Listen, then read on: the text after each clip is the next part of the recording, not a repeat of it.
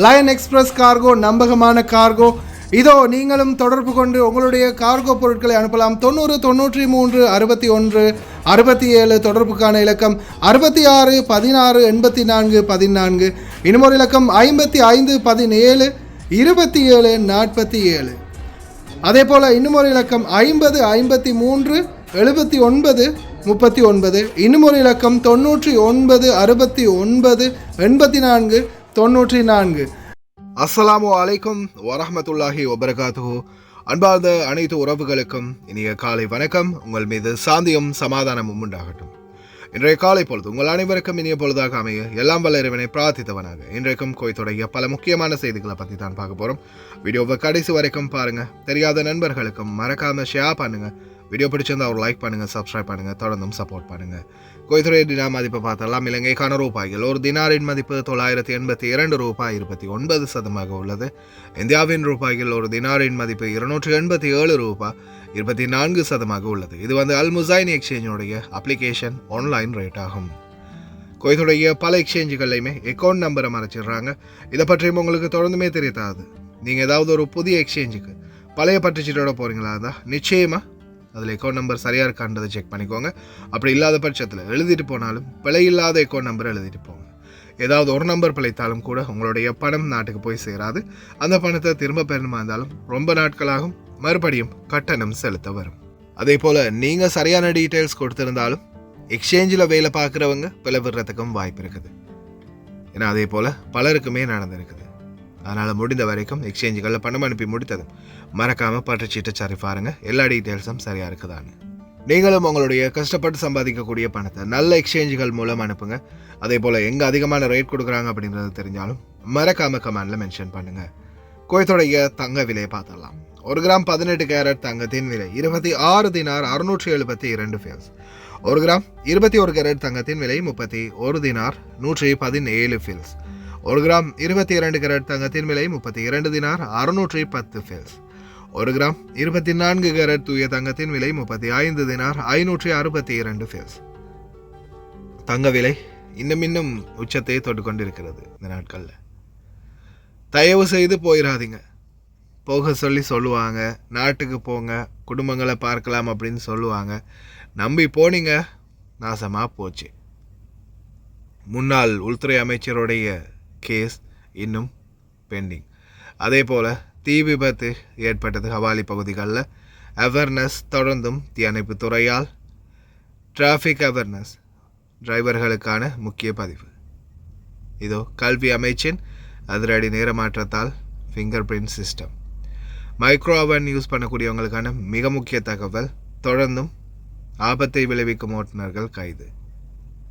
அக்காம அடிச்சு தாரேன் அப்படின்னு சொல்லி அதுவும் காசு வாங்கக்கூடியவங்களுக்கு எதிரான நடவடிக்கைகள் விரைவில் பார்க்கலாம். அனைத்து தகவல்களையும் ஃபிங்கர் பிரிண்ட் டிவைசஸ் சில இடங்களில் வேலை செய்கிறது தாமதமாகிறதாகவும், சில இடங்களில் தொடர்ந்து 1க்கு 3-4 தடவை ஃபிங்கர் பிரிண்ட் வைக்க வேண்டிய நிலைமையும் இப்போ இன்னும் துரிதப்படுத்தியிருக்கிறாங்க கல்வி அமைச்சகம். கல்வி அமைச்சகம் மட்டுமல்லாது அனைத்து அரச நிறுவனங்கள்லையும் இந்த சிஸ்டம் இப்போ ஆன்லைனில் இருக்குது. அதே மாதிரி குறிப்பாக இப்போதைக்கு ஸ்டார்ட் அப்பில் இருக்கிறது கல்வி அமைச்சகம்தான்.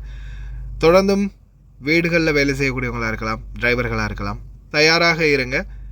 உணவு சமைக்கிறதுக்கு பணிப்பெண்களாக இருந்தாலும் சரி, கூட்டிகிட்டு போய் விடுறதுக்கு டிரைவர்களாக இருந்தாலும் சரி, தயார் நிலையிலே இருங்க. ஏன்னா ரொம்ப நேரத்தோடு இப்போ போயிடுவாங்க, முன்னாடி மாதிரிலாம் இல்லை ஃபிங்கர் பிரிண்ட் வைக்கணும் அப்படின்றதால. அடுத்த மிக முக்கியமான தகவல், தொடர்ந்தும் தொழிலாளர்களுக்கு ஆதரவான சில நல்லுள்ளங்கள் சுரண்டல்கள் பற்றி தொடர்ந்து தெரிவிச்சுக்கிட்டே இருக்கிறாங்க. இதில் குறிப்பாக முக்கியமாக சில ஜமியாக்கள் மற்றும் சில உயர் பதவிகள் பொறுப்புகளில் இருக்கக்கூடியவங்க கூட வெளியில் அக்காம அடித்து வேலை செய்யக்கூடியவங்களாக இருக்கிறாங்க அப்படின்றதையும் சுட்டி காட்டியிருக்கிறாங்க. அதே மாதிரி இதில் முக்கியமானது ஒன்று என்னென்னா, பல இடங்கள்லையும் கம்பெனிகளில் தொழிலாளர்களுடைய அக்காமாக்கு காசு வாங்குறது. தொழிலாளர்களுக்கு அக்காம அடிக்கிறது முதலாளியுடைய கடமை. அதுக்கு தொழிலாளர்களிடம் காசு கப்பம் வாங்குறதுன்ற மாதிரி ஒரு சூழல் உருவாகி இருக்கிறதாகவும் சுட்டி காட்டியிருக்கிறாங்க. இது சம்பந்தமான விசாரணைகள் விரைவில் மேற்கொள்ளப்படலாம். அப்படி ஷூனில் மேற்கொண்டாங்கன்னா நிச்சயமாக பல முதலாளிகள் மாற்றுறதுக்கான வாய்ப்பு இருக்குது. ஏன்னா பலரும் இன்றைக்கு வரைக்கும் காசு வாங்கிட்டு தான் இருக்கிறாங்க. முன்னாள் உள்துறை அமைச்சர் ஷேக் தலால் ஹாலித்துனுடைய வழக்கை மீண்டும் கசேஷன் நீதிமன்றம் ஒத்திவைத்துள்ளது. மிக முக்கியமான தகவல். இப்போதைக்கு பார்த்தீங்கன்னா குவைத்தில் இருந்து உங்களுக்கே தெரியும், இலங்கைக்கு கூட 2 தடவை சிறை கைதிகள் சொந்த நாட்டுக்கு அனுப்பப்பட்டாங்க.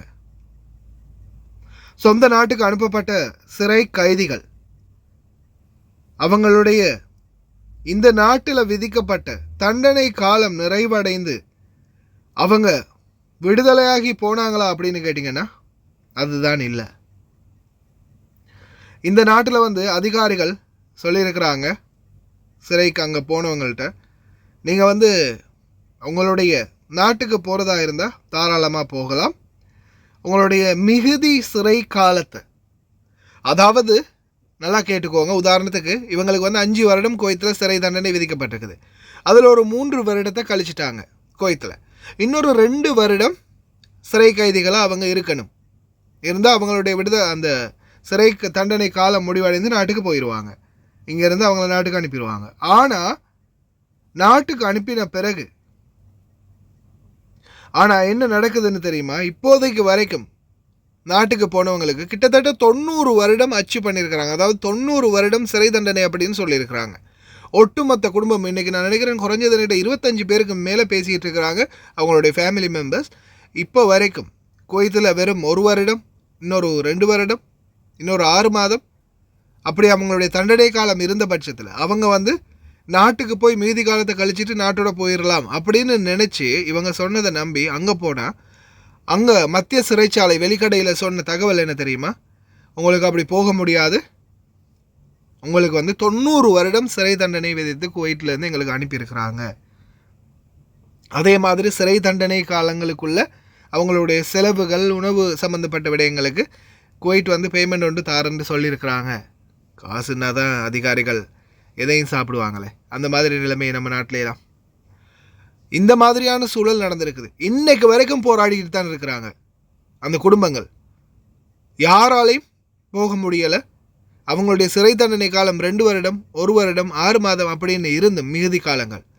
ஆனால் கடைசியில் நாட்டுக்கு போன பிறகு கிட்டத்தட்ட அவங்களுக்கான சிறை காலம் 90 வருடம் அப்படின்னு சொல்லியிருக்கிறாங்களாம். என்ன ஒரு அநியாயம் தெரியுமா? உங்களுக்கிட்ட யாராவது தெரிஞ்ச நண்பர்கள் இருந்தாங்கன்னா சிறையில், தயவு செய்து அவங்களுக்கு அவேர்னஸ் பண்ணுங்கள். தயவு செய்து போக வேண்டாம், மிகுதி காலத்தை நான் குவைட்டே கழிச்சிட்டு போயிடுறேன் அப்படின்னு சொல்லுங்கள். நாட்டுக்கு போக சொல்லி சிறைச்சாலை அதிகாரிகள் நாட்டுக்கு போகிறீங்களா, மீதி காலத்தை அங்கே கழிக்கிறீங்களா அப்படின்னு கேட்டால் தயவு செய்து இல்லை நான் போகலை, இங்கேயே இருந்து சிறை தண்டனையை முடிச்சுட்டே நான் நாட்டுக்கு போயிடுறேன், விடுதலையாகிய நாட்டுக்கு போயிடுறேன் அப்படின்றத தயவு செய்து சொல்லுங்கள். அப்படி இல்லாத பட்சத்தில் நாட்டுக்கு போனால் இன்றைக்கி இப்போ போய் அங்கே இருக்கிற சிறை கைதிகளோட நிலைமை தான் அவங்களுக்கு. இங்கேருந்து யாரையும் பலவந்தமாக அனுப்பலை, கேட்டு தான் அனுப்பியிருக்கிறாங்க. போகிறீங்களான்னு கேட்டதுக்கப்புறமா ஓகேன்னு இவங்க சொன்னதுக்கப்புறம் தான் அனுப்பியிருக்கிறாங்க. அதனால் முடிந்த வரைக்கும் இந்த தகவலை சிறைகளில் இருக்கக்கூடிய உங்களுக்கு தெரிந்தவங்க யாராவது இருந்தால், பார்க்க போகிறவங்களா இருந்தீங்கன்னா தயவு செய்து அவங்களுக்கும் எத்தி வைங்க. அவங்கள்ட்ட சொல்லுங்கள், தெரிஞ்சவங்க யாராவது உள்ள சிறை இலங்கையர்கள் யாராவது இருந்தாங்கன்னா அவங்களுக்கும் இந்த தகவலை எத்தி வைக்க சொல்லி. ஹவாலி பகுதிகளில் நேற்றைய தினம் தீ விபத்து. தீயணைப்புத்துறை விரைந்து போய் தீய கட்டுப்பாட்டுக்குள்ளே கொண்டாந்துருக்கிறாங்க. யாருக்கும் எந்த ஒரு தீக்காயமும் இல்லை. அதே போல் தொடர்ந்துமே அவேர்னஸ் பண்ணிக்கிட்டே இருக்கிறாங்க தீயணைப்புத்துறை. தீ தடுப்பு உபகரணங்களுக்கான ஆலோசனைகள் மற்றும் அறிவுரைகளை ரொம்ப கவனமாக இருங்க அனைவரும். المنزل لازم تحرص على وجود أجهزة السلامة مثل مطفاة الحريق وكاشف الدخان، وتركب كاشف الدخان كل غرفة والممرات، وتحط مطفاة الحريق عند مخرج الطوارئ. في حال كان الحريق في بدايته استخدم مطفاة الحريق عشان تمنع انتشاره. احنا نحرص على ان يكون عندك خطة طوارئ واخلاء. ارسم مخطط لكل طابق في البيت وكل المخارج الرئيسية والثانوية. دائما احرص على وجود مخرجين حق كل غرفة مثل الباب والدرايش. بلغ الأسرة ان في حريق، روح الى نقطة التجمع اللي متفقين عليها بالمخطط واتصل على هاتف الطوارئ 112. والأهم لما تتصل على هاتف الطوارئ لا ترتبك، وبعدها اشرح نوع الحادث بشكل واضح، ولا تنسى تعطيهم العنوان الصحيح. ولأي سبب لا ترجع داخل البيت نهائيا، لأنك راح تأذي نفسك وخل رجال الإطفاء يقومون بدور. இன்னொரு முக்கியமான அவேர்னஸ் தெரியாதவங்க தெரிஞ்சுக்கோங்க. மைக்ரோவில் தயவு செய்து எக்காரணத்து கொண்டும் கஸ்தீர், நைலோன் இல்லை ஃபாயில், அலுமினியம் ஃபாயிலோட உள்ளே வைக்காதீங்க. வச்சா தீப்பிடிக்கும் அப்படின்றத ஞாபகத்தில் வச்சுக்கோங்க. يا جماعة انتبهوا ونبهوا عيالكم، ضروري تنبهونهم بأن ما يسخنون أي شيء بالميكروويف ويكون عليه قصدير. شوفوا هذا لما نحط الصمونة بالميكروويف بالقصدير شنو صار فيه. شوفوا سكر، حط الرقم، حط الدقايق، والحين شوف بلش بالتسخين. هذا هني شوف بلش. شوف يا ساتر يا ساتر يا ساتر. شوفوا انتبهوا يا جماعة، انتبهوا نبهوا عيالكم ودزوا الفيديو خلي الناس هم بعد ينتبهون. என்ன நடந்துச்சு அப்படின்றத உங்களுடைய கண்களோடாகவே பார்த்துருப்பீங்கன்னு நினைக்கிறேன். அந்த சம்மூன், அதாவது மத்தாமில் இருந்து வரக்கூடிய சில ஷவர்மா, இந்த மாதிரி ஐட்டங்கள், உணவுகள், சில பொருட்கள் வந்து இந்த மைக்ரோ ஓவனில் வைக்கும்போது இந்த மாதிரி தான் தீப்பற்றி எரியும். குறிப்பாக அந்த அலுமினியம் ஃபாயிலோட தயவு செய்து உள்ளே வைக்காதீங்க. வெடிக்கலாம், தீப்பற்றலாம். தயவு செய்து கவனம். அதே மாதிரி உணவுகளை உள்ளே வச்சுட்டு எங்கேயுமே போகாதீங்க, பக்கத்திலே இருந்து பார்த்துக்கோங்க. அதே மாதிரி குவைத்தில் தொடர்ந்துமே விதிகளை மீறக்கூடிய சாரதிகளை கைது செய்யும் நடவடிக்கைகள் துரிதப்படுத்தப்பட்டுள்ளது. அதே போல் வீதிகளுடைய டிராஃபிக் இன்ஸ்ட்ரக்ஷனையும் வந்து கடுமையாக ஃபாலோ பண்ணிட்டு இருக்கிறாங்க குவைத்துறை உள்துறை அமைச்சகம். பல நபர்கள் போக்குவரத்து துறைக்கு கொடுக்கப்பட்ட தகவலின் அடிப்படையில் கடுமையான நடவடிக்கை எடுக்கப்பட்டு வருகின்றது. வாகனங்களையும் சீஸ் பண்ணுறதா தெரிவிச்சிருக்கிறாங்க. அதே போல் வீதிகளில், பொது இடங்களில், அதே போல் மக்களுக்கு ஆபத்து விளைவிக்கும் வகையில் வாகனங்களை செலுத்தும் அனைவருக்கும் எதிராக கடுமையான சட்ட நடவடிக்கைகள் எடுக்கப்படும். அதே போல் அவங்களுடைய ஓட்டுநர் உரிமங்களும் பறிக்கப்படும் அப்படின்னு தெரிவிச்சிருக்கிறாங்க உள்துறை அமைச்சகம். இன்னொரு முக்கியமான விடயம், துரதிர்ஷ்டவசமாக பல வெளிப்புற சாலைகள் தற்போது பணி வேலைகள் ஆரம்பித்திருக்கிறதால உள்துறை அமைச்சகத்தினுடைய கண்காணிப்பு துரிதப்படுத்தப்பட்டுள்ளது. அதனால் தயவு செய்து ரொம்ப கவனம், டிராஃபிக் இன்ஸ்ட்ரக்ஷனை சரியாக ஃபாலோ பண்ணுங்கள். எல்லா இடங்கள்லையும், ஒவ்வொரு ரோடுகள்லையும் சர்வலைன்ஸ் கேமரா மூலம் அதிகாரிகள் நோட்டமிட்டுக்கிட்டே இருக்கிறாங்க. அதனால் விதிகளை மீறாதீங்க, ரொம்ப கவனம் டிரைவர்ஸ். بأخذ الطرق البديلة مثل ما تشاهدون. هذا الطريق الدائري الرابع القادم من السالمية فوق طريق 55 باتجاه الجهرة تم تسكيره بالكامل بخصوص الأعمال الإنشائية. فنبلغ المواطنين والمقيمين بأخذ الطرق البديلة. عندنا أكثر من طريق بديل، الطريق الغزالي، الطريق الدائري الثالث، كذلك طريق الجمال عبد الناصر، طريق الجهرة السريع. ننصح المواطنين بأخذ الطرق البديلة بخصوص مثل ما تشاهدين. كذلك هذا القادم من الثالث، الطريق الرابع مع المطار القادم من الثالث تم تسكيره الآن الفرع يمين، فيكون شوي ضغط على التقاطع. هذا تقريبا هذا ثاني يوم يكون فيه التسكير. إن شاء الله ننصح المواطنين بأخذ الطرق البديلة بخصوص التسكيرة. نعم. الدائري الثالث مثل ما تشاهدون الآن. نعم. طبعا في عندنا الدائري الثالث عليه كثافة، كذلك طبعا بعض الطرقات. وعندنا طبعا اليوم شاهدنا في نعم هذا الدائري الثالث مع طريق المطار صار عليه ضغط كبير اليوم بخصوص التسكيرة. فنحن نبلغ المواطنين بأخذ طرق ثانية بديلة، طريق جمال عبد الناصر، طريق الجهرة، طريق الغزالي. مثل ما تشاهدون أغلب الكثافة تكون على السدارة بخصوص التسكيرة. كذلك طبعا عندنا أكثر من مواقع ثانية فيهم عليهم كثافة نفس كراون بلازا. كذلك اليوم طبعا لله الحمد منطقة صباح السالم أفضل من السنين اللي طافت، بعد فتح أكثر من المداخل كذلك مخارج، في كثافة بسيطة لكن تم التعامل معها. هذه منطقة صباح السالم.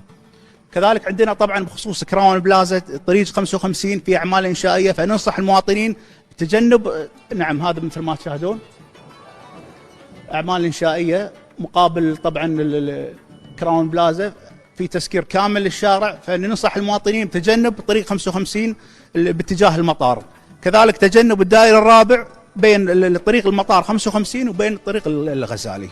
نعم اخوي راضي. ஹாய் காய்ஸ், இன்றைக்கி நாங்கள் எங்கே வந்திருக்கிறோம் தாத்தா? எங்கே வந்திருக்கிறோம் நாங்கள் இன்றைக்கி? அல் மிஷாயில். நீங்கள் எப்போ ஆர்டர் பண்ணீங்க தாத்தா?